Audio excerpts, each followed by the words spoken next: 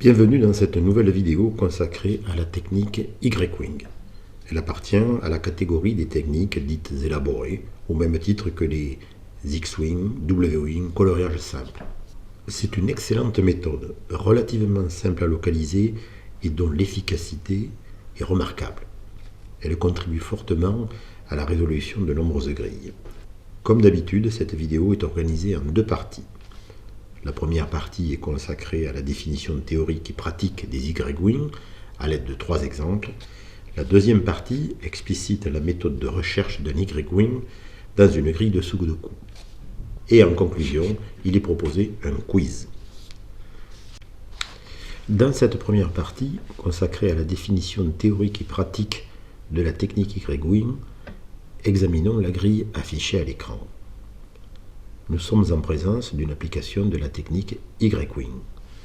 Et vous observez deux points particuliers. Tout d'abord la présence de 3 paires, ligne 6, colonne 3, ligne 8, colonne 3 et ligne 8, colonne 8. Et un candidat 6, ligne 6, colonne 8, qui a vocation à être supprimé. C'est le principe même du Y-Wing. Quelles sont les conditions d'un Y-Wing? Elles sont au nombre de 4. La première, 3 candidats combinés en 3 paires différentes dans 3 cases. Deuxième condition, ces 3 paires doivent toujours avoir une entité commune entre elles, à savoir même ligne, même colonne ou éventuellement même bloc. Troisième condition, quand ces 3 paires ont comme entité commune une ligne et une colonne qui se croisent, elles forment une équerre. La paire qui est à l'intersection de la ligne et de la colonne porte le nom de charnière. Les 2 paires qui sont de part et d'autre de la charnière, ici et ici, portent le nom d'aile, L1 et L2. Et enfin, quatrième condition, tout candidat qui est vu à la fois par un candidat identique situé dans les ailes peut être éliminé. Effectuons la démonstration. Pourquoi le candidat 6, ligne 6, colonne 8, peut-il être éliminé? Pour effectuer cette démonstration, nous partons de la charnière, donc de la paire 3, 8, ligne 8, colonne 3. Et nous formulons 2 hypothèses. Soit 3 est solution de cette case, hypothèse 1, soit 8 est solution de cette case, hypothèse 2. Hypothèse 1. Si 3 est solution de cette case, tous les candidats 3 de la ligne 8 peuvent être éliminés, notamment dans la case de l'aile 2, ligne 8, colonne 8, ou 6, le candidat 6 devient alors solution de cette case. Conséquence directe, tous les candidats 6 de la colonne 8 peuvent être éliminés, et en particulier le candidat 6 situé ligne 6, colonne 8.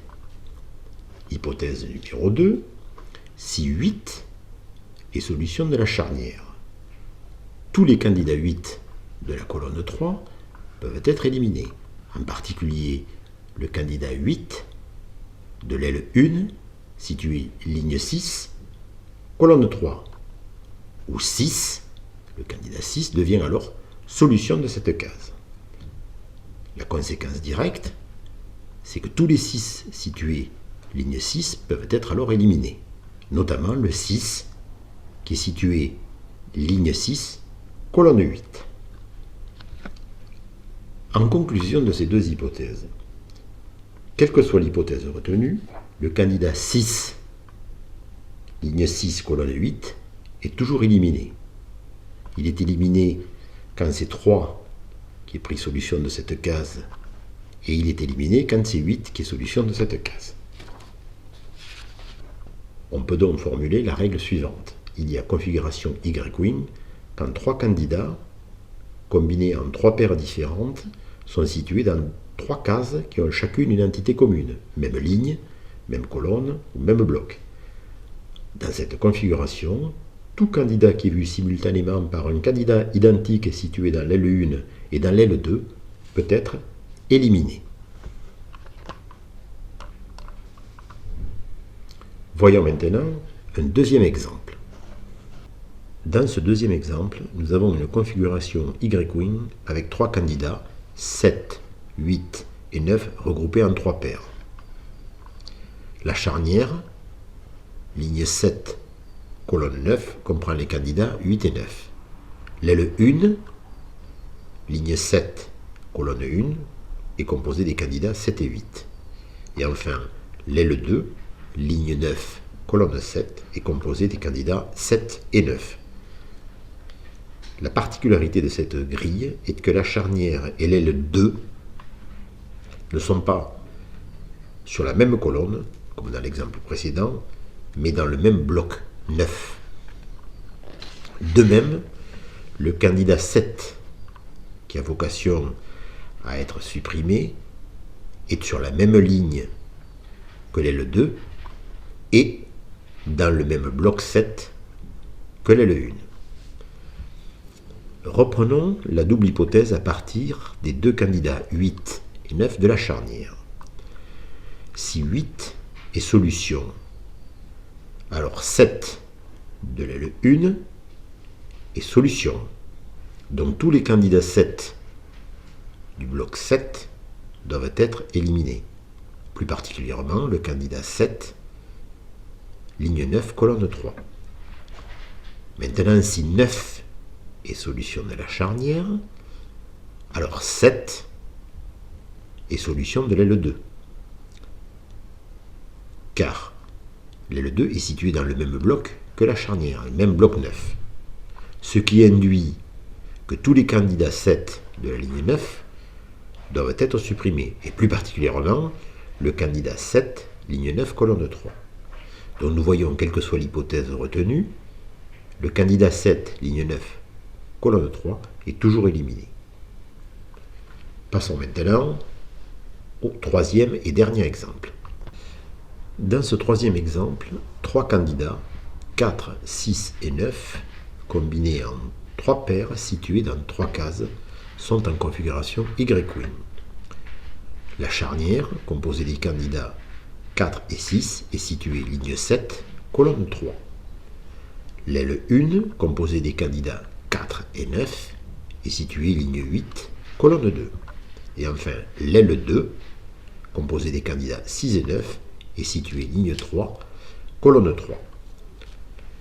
La particularité de cet exemple, qui est une variante du Y-wing classique, vient du nombre et du positionnement des candidats 9 à supprimer.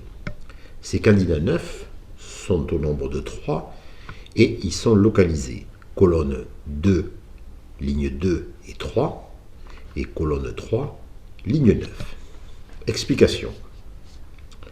Les candidats 9, colonne 2, ligne 2 et 3, peuvent être éliminés car ils sont sur la même colonne que le candidat 9 de l'aile 1 et dans le même bloc que le candidat 9 de l'aile 2.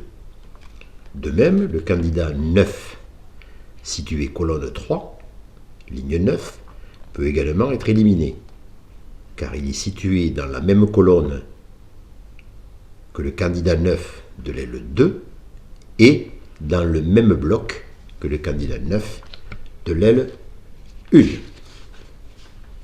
Après ces 3 exemples qui ont montré les différentes variantes des Y-wing qu'on peut retrouver dans le cadre de la réduction de grille, maintenant nous allons passer à la seconde partie de cette vidéo dont l'objet est d'expliquer la méthode de recherche. Dans le cadre de cette deuxième partie consacrée à la méthodologie de recherche, je rappelle très brièvement la règle. Il y a configuration Y-wing quand 3 candidats, combinés en 3 paires différentes, sont situés dans 3 cases qui ont chacune une entité commune, même ligne, même colonne, même bloc. Dans ce cadre, le candidat qui est vu simultanément par un candidat identique situé dans l'aile 1 et dans l'aile 2 peut être éliminé. Quelle est la méthodologie ? La méthode consiste à rechercher uniquement les cases qui contiennent une paire. On examine les deux candidats de cette première case, dite case de référence. Deuxièmement, on recherche successivement dans les autres cases qui contiennent des paires, dites cases associées, si une paire contient un des deux candidats de la case de référence. Si ce n'est pas le cas, on examine la case associée suivante. Dans l'hypothèse où cette case contient au moins un candidat, on recherche alors une troisième case qui doit contenir les deux autres candidats. Si tel est le cas, on vérifie alors que les trois cases ont bien des entités communes, même ligne, même colonne, même bloc. Je rappelle qu'il est la condition sine qua non d'une configuration Y-wing. Si tel n'est pas le cas, on passe à la case associée suivante et on effectue le même raisonnement. Et troisièmement, quand on a examiné toutes les cases associées sans résultat, on passe à la case de référence suivante, et ainsi de suite. Bon, tel que présenté, cela peut paraître complexe. À l'aide d'un exemple, c'est beaucoup plus parlant. À titre d'exercice pratique, examinons la grille affichée à l'écran. En application de la méthodologie, la première case à contenir une paire, dite case de référence, coloriée en jaune, se situe ligne 1, colonne 7, avec deux candidats, le 1 et le 7. Nous devons donc examiner toutes les cases associées qui contiennent une paire. Et pour faciliter la compréhension et la recherche, les cases associées seront coloriées en vert. Prenons donc la case de référence. Elle contient deux candidats, le 1 et le 7. La première case associée se situe ligne 2, colonne 5. Nous n'avons pas de candidats 1 et 7 dans cette case. Nous passons à la suivante. La suivante se situe ligne 4, colonne 5. Il n'y a pas de candidat commun avec la case de référence. On passe à la case associée suivante. La suivante se situe ligne 5, colonne 4. Alors là, nous avons effectivement non pas un candidat commun, mais deux. Donc, nous ne pouvons pas la retenir, puisqu'il faut que les combinaisons de candidats soient telles qu'il y ait trois candidats, trois cases différentes. La case associée suivante se situe ligne 5, colonne 6. C'est également un couple 1-7, donc nous passons au suivant. Ligne 5, colonne 7, avec le couple 8-6, donc ne contient pas le candidat 1-7. On passe à la suivante. Ligne 5, colonne 8, 2 et 9, c'est la même chose. La case suivante, ligne 5, colonne 9, contient les candidats 8 et 9, qui n'ont aucun point commun avec les deux candidats de la case de référence, donc on peut passer à la case suivante. La case suivante se situe ligne 6, colonne 5, candidats 6 et 9, donc pas de candidat commun. La suivante se situe ligne 7, colonne 4, 4 et 2, donc pas de candidat commun, on passe au suivant.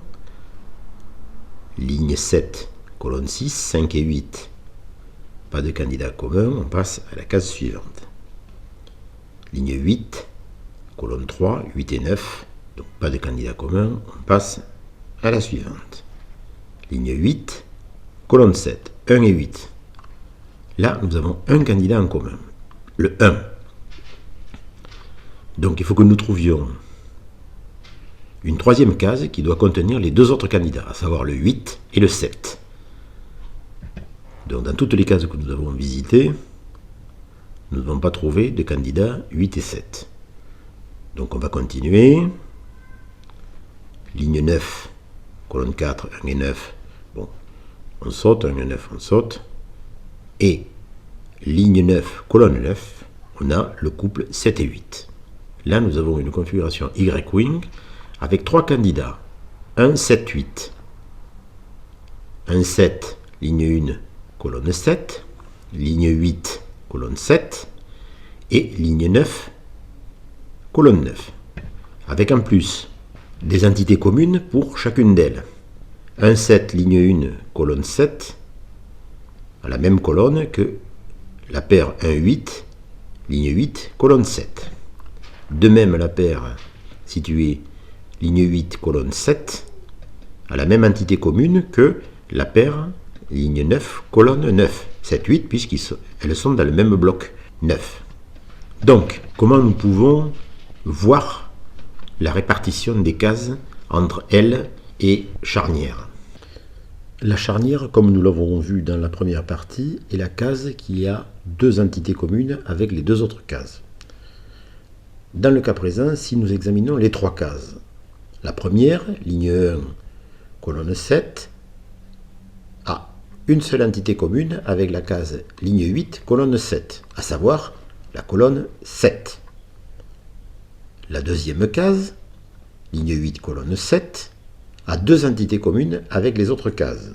La colonne 7 avec la case que nous venons de voir, et le bloc avec la case située ligne 9, colonne 9.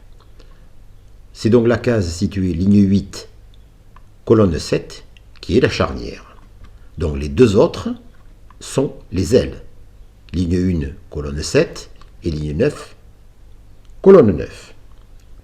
Maintenant que nous venons de déterminer la configuration du Y-wing, il convient de voir quel est le candidat qui est susceptible d'être éliminé.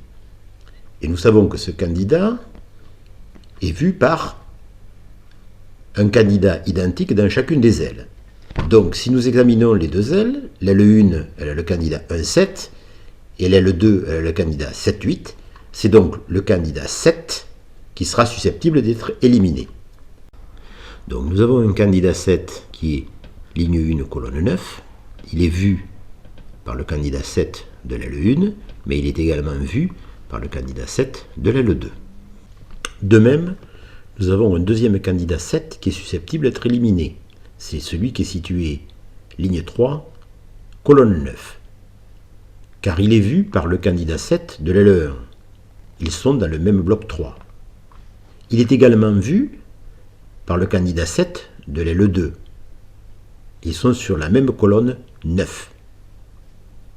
Enfin, nous avons un autre candidat 7, ligne 9, colonne 7, qui est vu par le candidat 7 de l'aile 1, colonne 7, et par le candidat 7 de l'aile 2, ligne 9, colonne 9.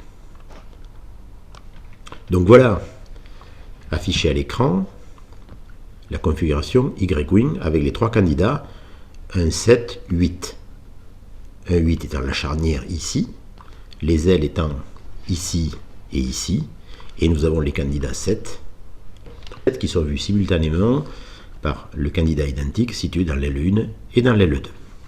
Voilà, vous voyez finalement la démonstration est relativement simple et on y arrive assez rapidement. Et surtout, on peut observer que lorsqu'on a mis en évidence une configuration Y-wing, on a tout de même 3 candidats 7 qui vont être éliminés, ce qui allège quand même la résolution de la grille. Voilà, j'en ai terminé pour la méthodologie de recherche, et en guise de conclusion, je vais vous proposer un quiz. À titre de quiz, je vous propose maintenant la grille suivante. Le candidat à supprimer est le candidat 5. Bonne chance.